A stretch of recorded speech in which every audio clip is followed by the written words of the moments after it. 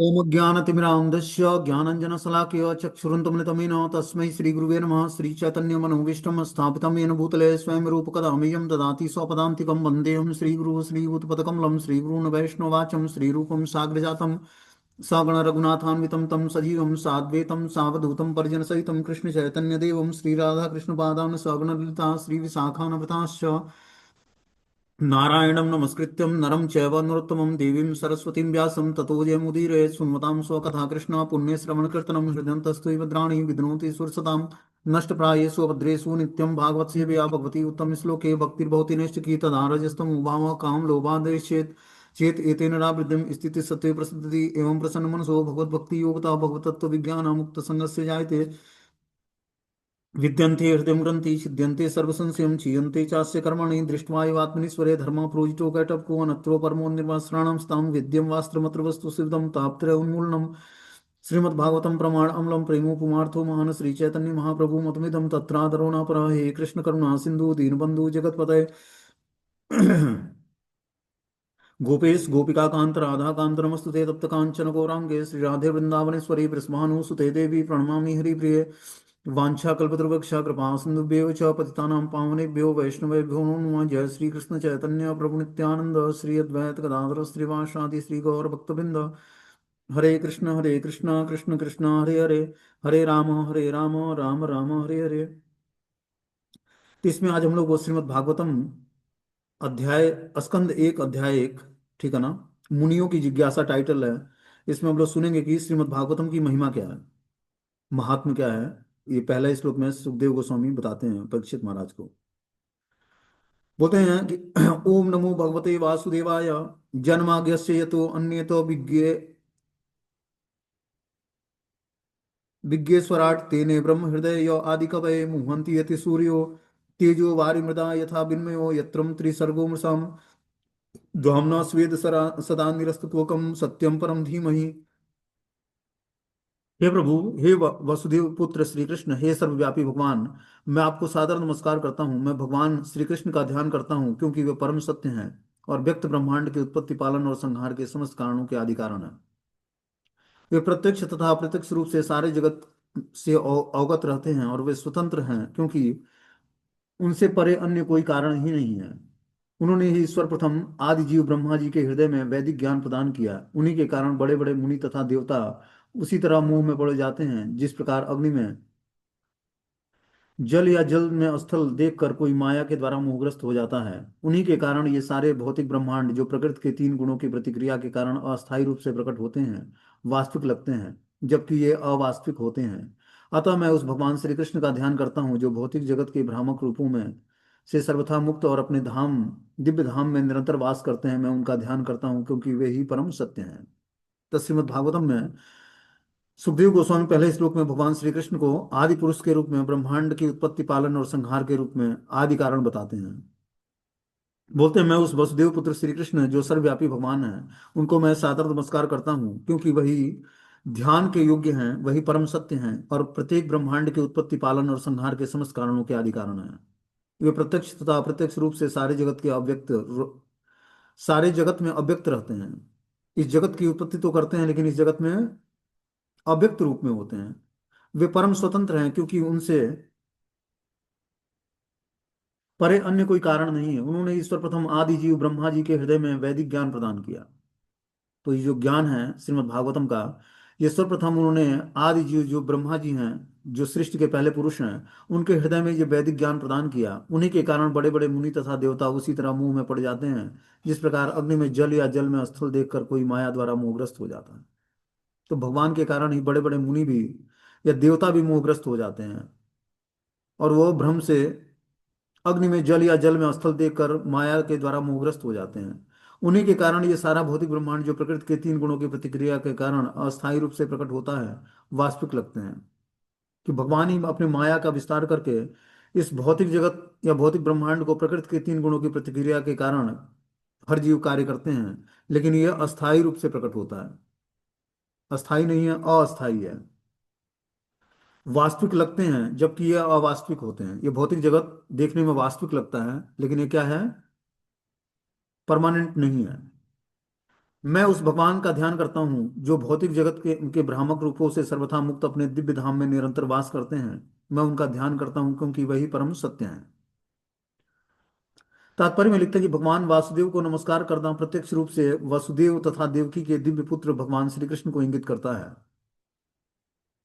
इस तथ्य की अधिकाधिक व्याख्या इस ग्रंथ में सुस्पष्ट रूप से की गई है। यहाँ पर श्री व्यास देव दृढ़तापूर्वक कहते हैं कि वे श्री कृष्ण ही आदि भगवान है। अन्य सभी रूप उनके प्रत्यक्ष या अप्रत्यक्ष रूप से अंश या अंशांश हैं। तो यहाँ पर बता रहे हैं कि भगवान वासुदेव को नमस्कार करना प्रत्यक्ष रूप से वसुदेव और देवकी के दिव्य पुत्र श्री कृष्ण को इंगित किया गया है। कि जो श्री कृष्ण वसुदेव और देवकी को माता और पिता के रूप में इंगित करके और वासुदेव भगवान के रूप में प्रकट होते हैं, उन्हीं की यहाँ पर उन्हीं को इंगित किया गया है। इस तथ्य की अधिकांश व्याख्या इस ग्रंथ में सुस्पष्ट रूप से की गई है। और व्यास देव दृढ़तापूर्वक कहते हैं कि श्री कृष्ण ही आदि भगवान है और अन्य सभी रूप उनके प्रत्यक्ष या अप्रत्यक्ष रूप से अंश या अंशांश कहलाते हैं। आगे बता रहे हैं कि श्री जीव गोस्वामी ने अपनी कृति कृष्ण संदर्भ में इस विषय की विशद व्याख्या की है कि आदि जीव ब्रह्मा ने अपने ग्रंथ ब्रह्म संहिता में श्री कृष्ण विषय की यथेष्ट व्याख्या किया है। सामवेद उपनिषद में भी बताया गया है कि भगवान श्री कृष्ण देवकी के दिव्य पुत्र हैं। इसलिए इस स्तुति का यह पहला कथन बताता है कि भगवान श्री कृष्ण आदि भगवान हैं। यदि परम भगवान किसी दिव्य नाम से जाने जा सकते हैं तो वह कृष्ण शब्द ही होना चाहिए, जिसका अर्थ है सर्व आकर्षक। तो भगवान श्री कृष्ण, कृष्ण नाम का अर्थ क्या है? सर्व आकर्षक, जो सभी को आकर्षित कर लें, वही कृष्ण कहलाते हैं। भगवत गीता में भगवान ने कई स्थलों पर स्वयं को आदि भगवान घोषित किया है। इसकी पुष्टि अर्जुन के द्वारा, नारद के द्वारा, व्यास आदि बड़े बड़े मुनियों द्वारा की गई है। पद्म पुराण में भी यह कहा गया है कि भगवान के असंख्य नामों में से कृष्ण नाम सर्व प्रमुख है। तो भगवान का जो कृष्ण नाम है, ये प्रमुख नाम है। भगवान के दो तरह के नाम होते हैं, एक गौड़ नाम और एक है प्रमुख मुख्य नाम।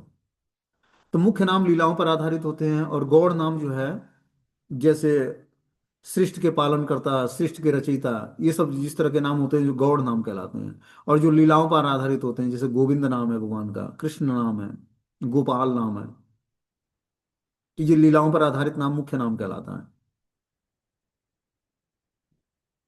अगले श्लोक में बताते हैं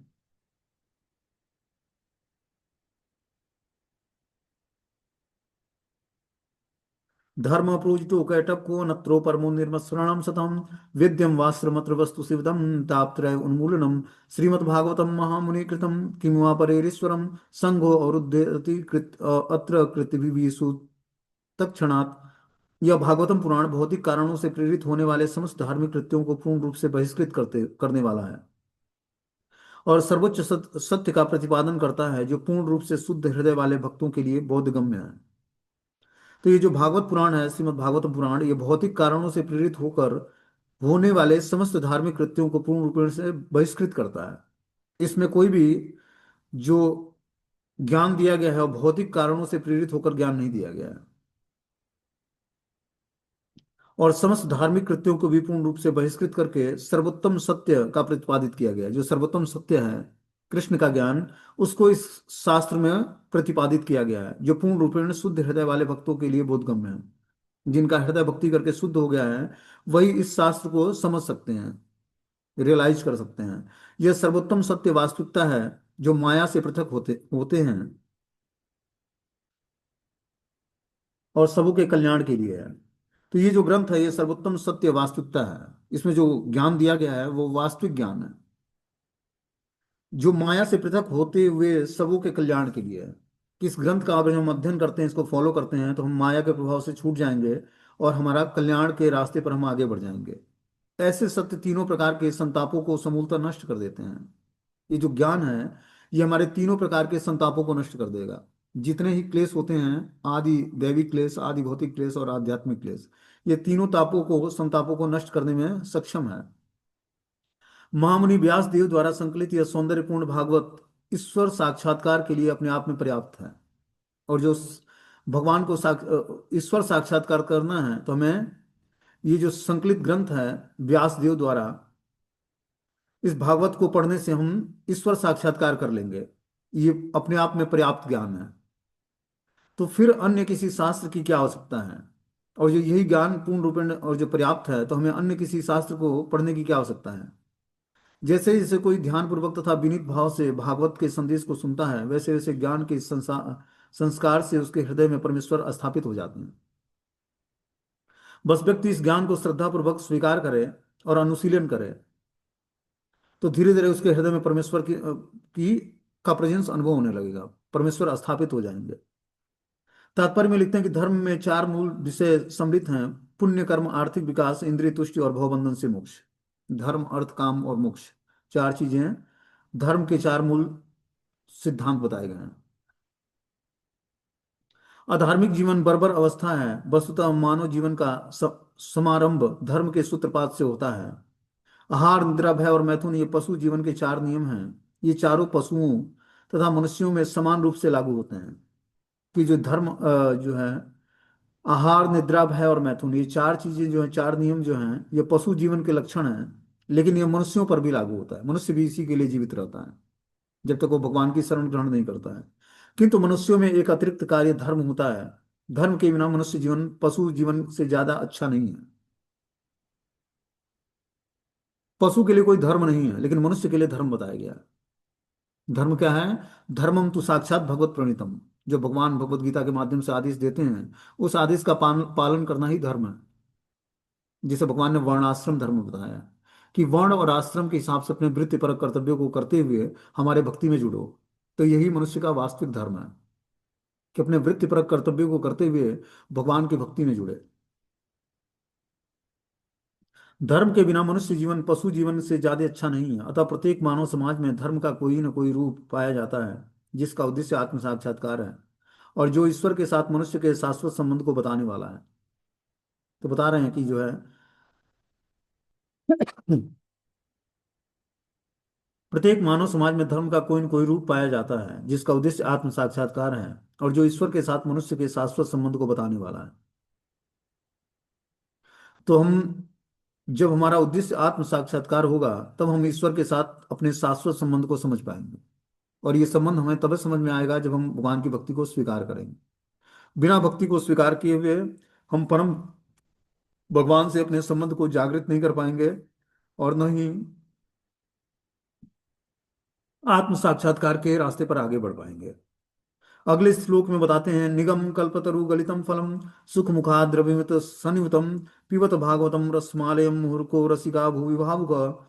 हे विज्ञ और भावुक जनों, वैदिक साहित्य रूपी कल्प वृक्ष के इस पक्व फल श्रीमद् भागवतम को जरा चखो तो। यह सुखदेव गोस्वामी के मुख से निस्तृत हुआ है, अतः यह और भी अधिक रुचिकर हो गया है। यद्यपि इसका अमृत रस मुक्त जीवों समेत समस्त जनों के लिए पहले से आस्वाद्य है। तो बता रहे हैं कि हे विज्ञ पुरुष तथा भावुक जनों, भावुक जन वो होते हैं जो भगवान के भाव भक्ति को स्वीकार करते हैं। वैदिक साहित्य रूपी कल्प वृक्ष के इस पक्व फल श्रीमद् भागवतम को जरा चखो तो। यह श्री सुखदेव गोस्वामी के मुख से निस्तृत हुआ है। सुखदेव गोस्वामी के मुख से यह श्रीमद् भागवतम का ज्ञान प्रकट हुआ। ठीक है ना?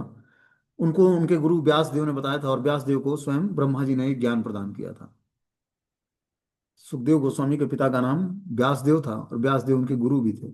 उन्होंने ही श्रीमद् भागवतम का ज्ञान सुखदेव गोस्वामी को बताया, और सुखदेव गोस्वामी ने राजा परीक्षित को बताया।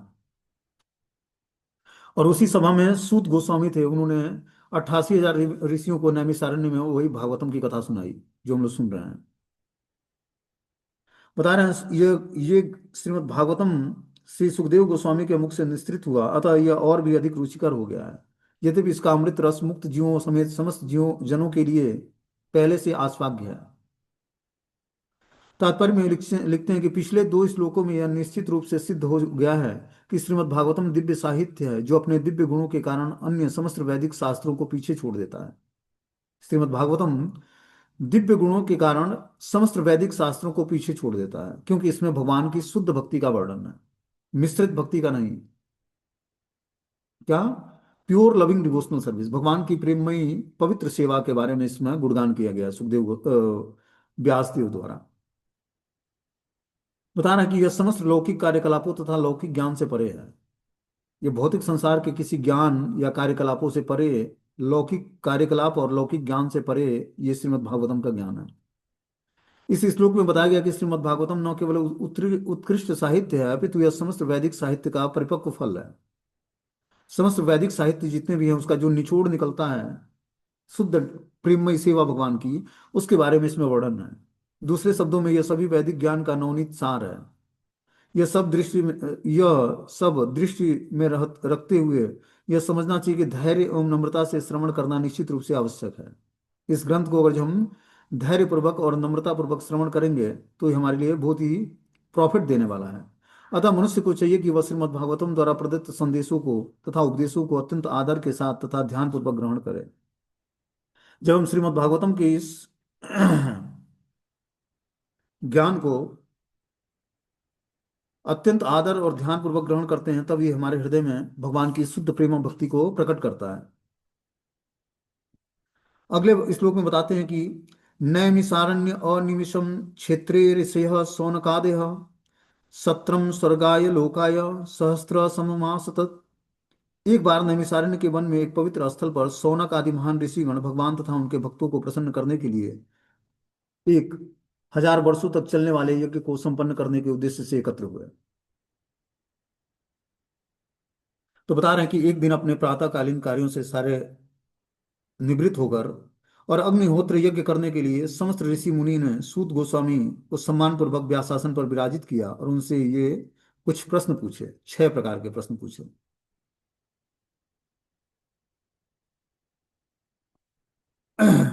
तो ये घटना जो है नैमिषारण्य में घटी, जहां पर सूत गोस्वामी जो है सारे ऋषि महात्मा अग्निहोत्र यज्ञ करने के बाद इकट्ठे हुए और सब सूत गोस्वामी से को सम्मान पूर्वक व्यासासन पर बैठाते हैं और उनसे प्रश्न पूछते हैं 6 प्रकार के।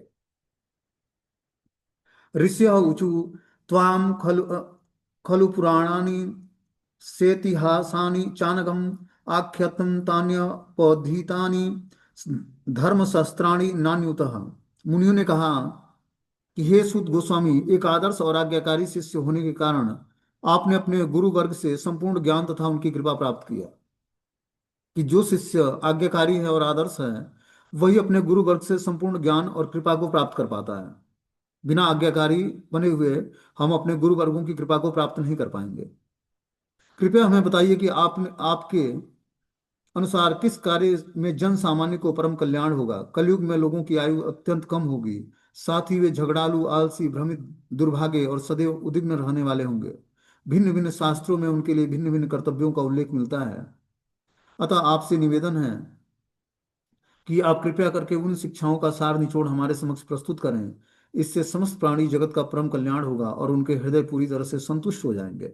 इस तरह से ऋषियों ने सूत गोस्वामी से प्रश्न पूछा कि हे ऋषिवर, सूत गोस्वामी, एक आदर्श तथा आज्ञाकारी शिष्य होने के कारण आपने अपने गुरु वर्गों को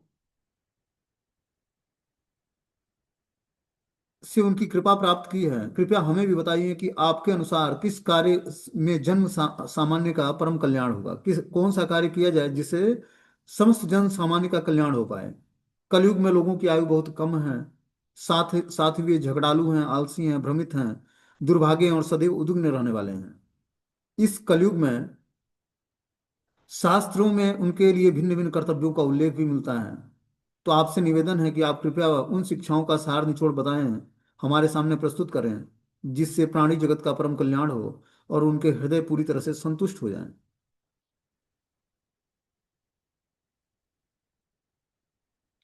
तो सूत गोस्वामी बोलते हैं कि सूतम जानासि भद्रम ते भगवान सात्वताम पति देवक्या वासुदेवस्य जातो यस्य चिकीर्षया। हे सूत गोस्वामी, आपका कल्याण हो। आप जानते हैं कि पूर्ण पुरुषोत्तम भगवान देवकी के गर्भ से वसुदेव के पुत्र के रूप में किस प्रयोजन से प्रकट हुए हैं। ये भी ऋषियों ने बताया कि हे सूत गोस्वामी, आपका कल्याण हो। आप तो जानते हैं कि पूर्ण पुरुषोत्तम भगवान देवकी के गर्भ से वसुदेव के पुत्र के रूप में किस प्रयोजन से प्रकट हुए हैं। क्या प्रयोजन है आखिर उनके प्रकट होने का। आगे बता रहे हैं, यद पाद संश्रया सूतम मुनेह प्रसमायना सज्ञम पुनस्तु पस्पृष्ट्या स्वधुन्याप्यो अनुसेवया। हे सूत गोस्वामी, जिन महान ऋषियों ने पूर्ण रूप से भगवान के चरण कमलों की शरण ग्रहण कर ली है वे अपने संपर्क में आने वाले को तुरंत पवित्र कर देते हैं, जबकि गंगा जल दीर्घ काल तक उपयोग करने के बाद ही पवित्र कर पाती है। तो सूत गोस्वामी से ऋषि महात्मा बोलते हैं कि जिन महान ऋषियों ने पूर्ण रूप से भगवान के चरण कमलों का आश्रय ग्रहण कर लिया है वे अपने संपर्क में आने वाले को तुरंत पवित्र कर देते हैं। कोई भक्त उनके शरण में आता है तो तुरंत पवित्र हो जाता है। लेकिन गंगा जल तो दीर्घ काल जब उपयोग किया जाता है तब वो व्यक्ति पवित्र होता है। लेकिन भक्तजन कैसे होते हैं? भक्तजन ऐसे होते हैं कि उनके चरण कमलों की शरण कोई ग्रहण कर ले तो तुरंत ही पवित्र हो जाता है।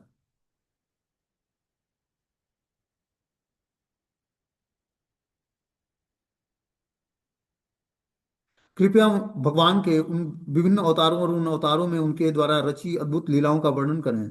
केवल भगवान के नाम का उच्चारण करने से व्यक्ति जन्म मृत्यु के बंधन से मुक्त हो जाता है, चाहे वह नाम अनजाने में ही क्यों न लिया गया हो।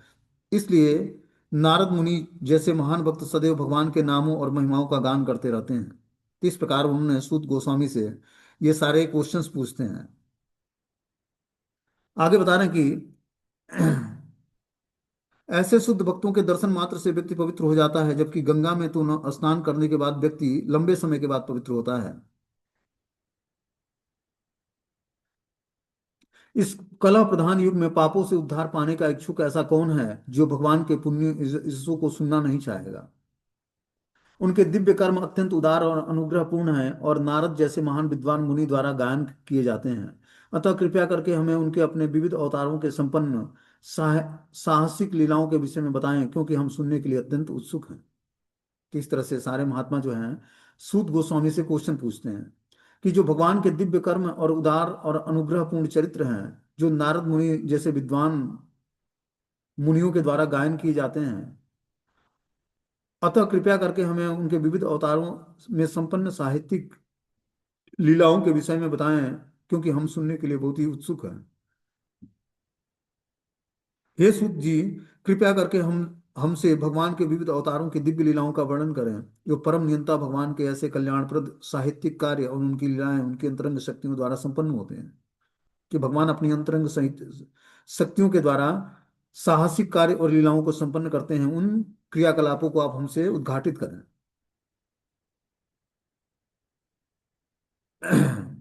बोलते हैं, वयम तू न वितृष्ण्याम उत्तम श्लोक विक्रमे यिन्वताम रसज्ञानम स्वादु स्वादु पदे पदे। हम उस भगवान की दिव्य लीलाओं को सुनते थकते नहीं, जिनका यह सुगान स्रोतों और स्तुतियों से किया जाता है। उनके साथ दिव्य संबंधों के लिए जिन्होंने अभिरुचि विकसित कर ली है, वे प्रतिक्षण उनकी लीलाओं के श्रवण का आस्वादन करते हैं।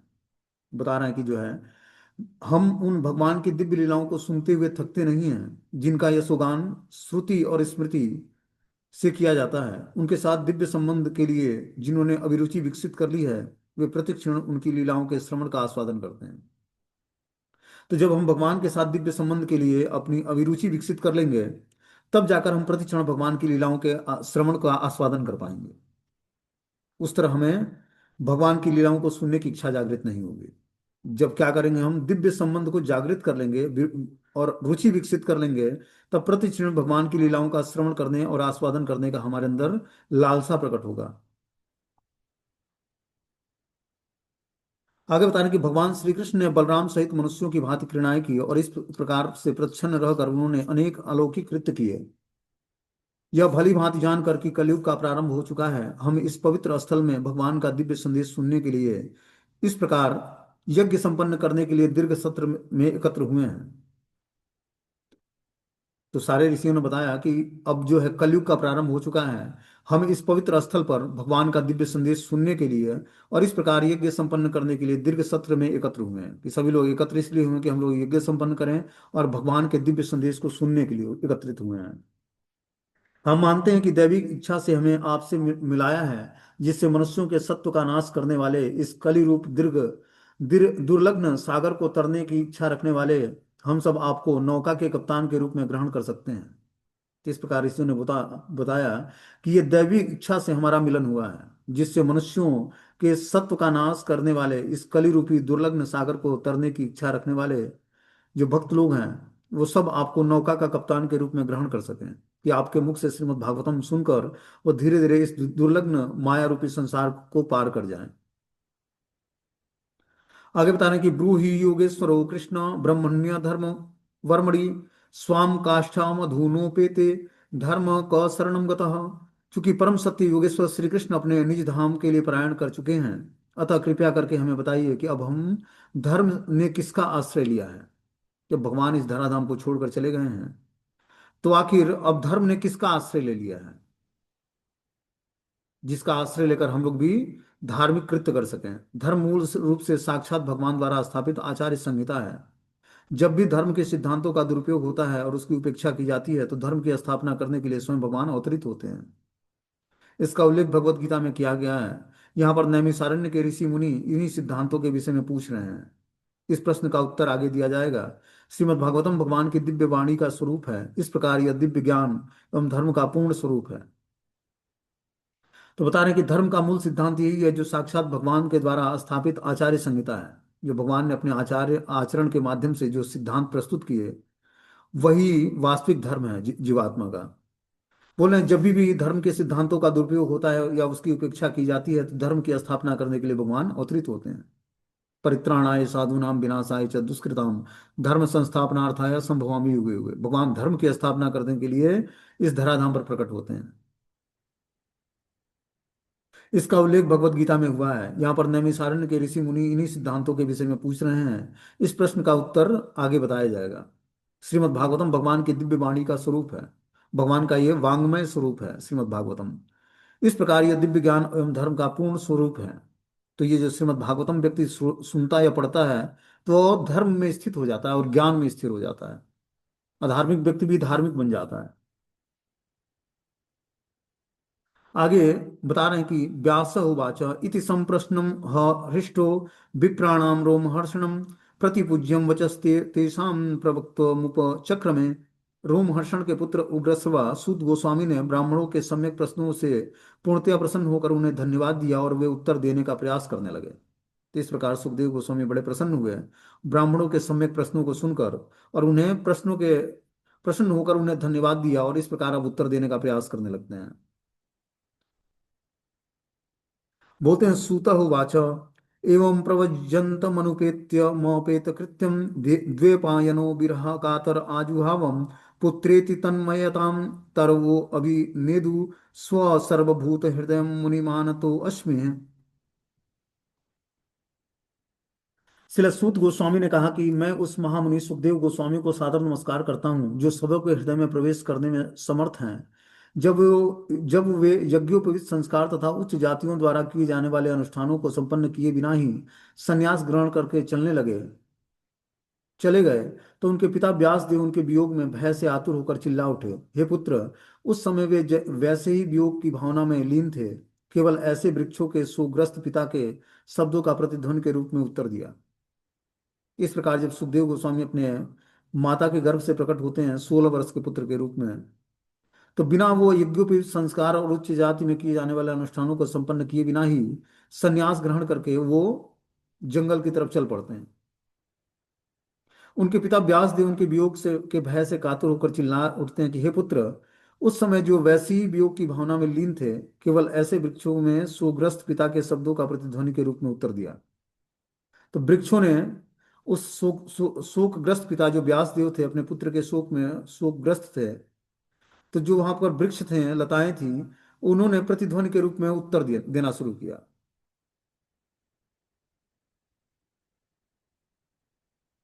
आगे बता रहे हैं यह स्वानुभाव अखिल श्रुति सारमेकम मध्यात्म दीपमति तिरस्ताम तमो अंधतम संसारिणाम करुण याह पुराण गुह्यम तम व्यास सुनु मुप यामि गुरु मुनीनाम।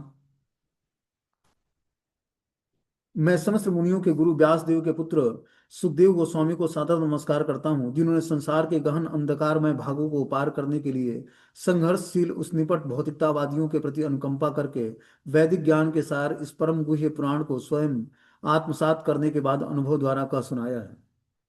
तो सुद गोस्वामी अपने गुरुदेव व्यासदेव के पुत्र सुखदेव गोस्वामी को के चरणों में नमस्कार करते हुए कहते हैं कि उन्होंने इस संसार के गहन अंधकार में भागों को पार करने के लिए संघर्षशील उस निपट भौतिकतावादियों के प्रति अनुकंपा करके ये वैदिक ज्ञान के सार को जो परम गुह्य पुराण है आत्म साक्षात्कार करने के बाद अनुभव द्वारा इसे कह सुनाया है।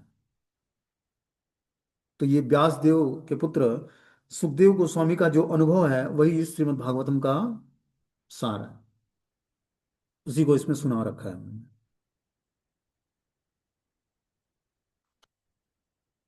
आगे बता रहे हैं, नारायणम नमस्कृत्यम नरम चैव नरोत्तमम देवीं सरस्वतीं व्यासं ततो जयमुदीरयेत्। विजय के साधन स्वरूप इस श्रीमद् भागवतम का पाठ करने के पूर्व मनुष्य को चाहिए कि वह श्रीमद् भागवतम श्री भगवान नारायण को, नरोत्तम नर नारायण ऋषि को, विद्या की देवी माता सरस्वती को तथा ग्रंथकार श्री व्यास देव को नमस्कार करे।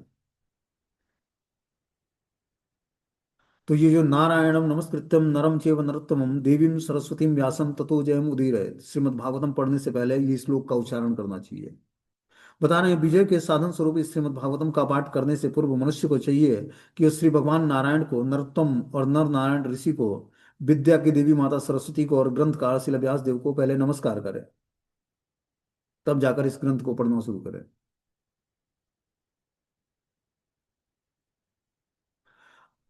आगे बता रहे हैं कि मुनियो साधु पृष्ठो अहम भव विलोक्य मंगलम यत् कृतम कृष्ण संप्रश्नो इन आत्मा सुप्रसिद्धति। हे मुनियो, आपने मुझसे ठीक ही प्रश्न किया है। आपके प्रश्न सलाघनीय हैं, क्योंकि उनका संबंध भगवान कृष्ण से है और इस प्रकार वे विश्व कल्याण के लिए है। ऐसे प्रश्नों से ही पूर्ण आत्मतुष्टि प्राप्त होती है। देखो, आध्यात्मिक जीवन में प्रश्न पूछना बहुत ही आवश्यक है। जब हम प्रश्न पूछते हैं तो हमारे डाउट्स क्लियर होते हैं। वही यहाँ पर बता रहे हैं कि हे मुनियो, आपने मुझसे ठीक ही प्रश्न पूछा है। आपके प्रश्न सलाघनीय हैं, मतलब योग्य हैं, क्योंकि उसका संबंध भगवान कृष्ण से है और इस प्रकार वे विश्व कल्याण के लिए है। क्वेश्चंस ऐसे होने चाहिए जो भगवान से संबंधित होने चाहिए और दूसरे और विश्व के कल्याण के लिए होने चाहिए, अपने ही कल्याण के लिए नहीं, सबके कल्याण के लिए होने चाहिए। ऐसे प्रश्नों से ही पूर्ण आत्मतुष्टि प्राप्त हो सकती है।